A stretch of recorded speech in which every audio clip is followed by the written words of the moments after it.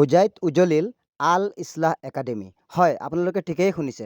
গণৰাজ্য দিৱস উপলক্ষে শংকৰদেৱ নগৰত কুচকাৱাজ আৰু পেৰড প্ৰতিযোগিতাত অৰ্থাৎ প্ৰশাসনে আয়োজন কৰা পেৰড প্ৰতিযোগিতাত প্ৰথম স্থান দখল কৰিবলৈ সক্ষম হৈছে চৌধুৰী বজাৰৰ আল ইছলাহ একাডেমি। আমি দেখুৱাই আছোঁ, একমাত্ৰ জয় হিন্দ জয় ভাৰত ব্লগত উপলব্ধ। আপোনালোকে চাই থাকিব, স্কিপ নকৰাকৈ গোটেই ভিডিঅ'টো চাই থাকিব আৰু জয় হিন্দ জয় ভাৰত ব্লগটো লাইক ফ'ল' শ্বেয়াৰ কৰিব। হয়, আপোনালোকে ঠিকেই শুনিছে।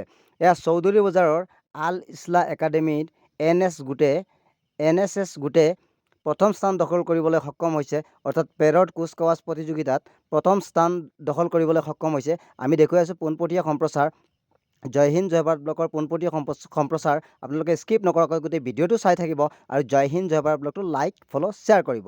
এয়া আল ইছলাহ একাডেমি চৌধুৰী বজাৰ, অতি পিছপৰা অঞ্চল। নিউজ ডেস্ক ৰিপৰ্ট, জয় হিন্দ জয় ভাৰত।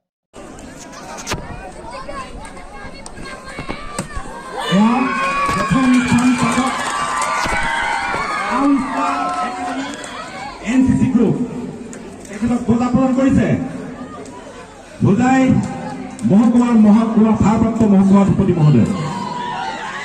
আমি Al Islah national academy NCC গ্ৰুপলৈ আন্তৰিক ধন্যবাদ জ্ঞাপন কৰিছোঁ, লগে লগে অভিনন্দন।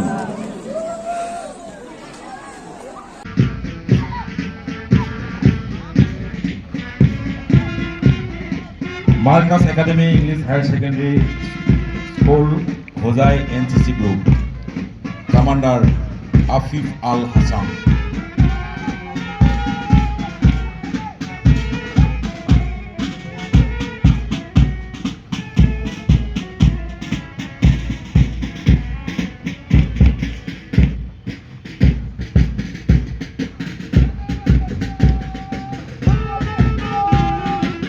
আল Islam national academy NCC group, commander Karan Das. Hojai Anupam Boro, commander.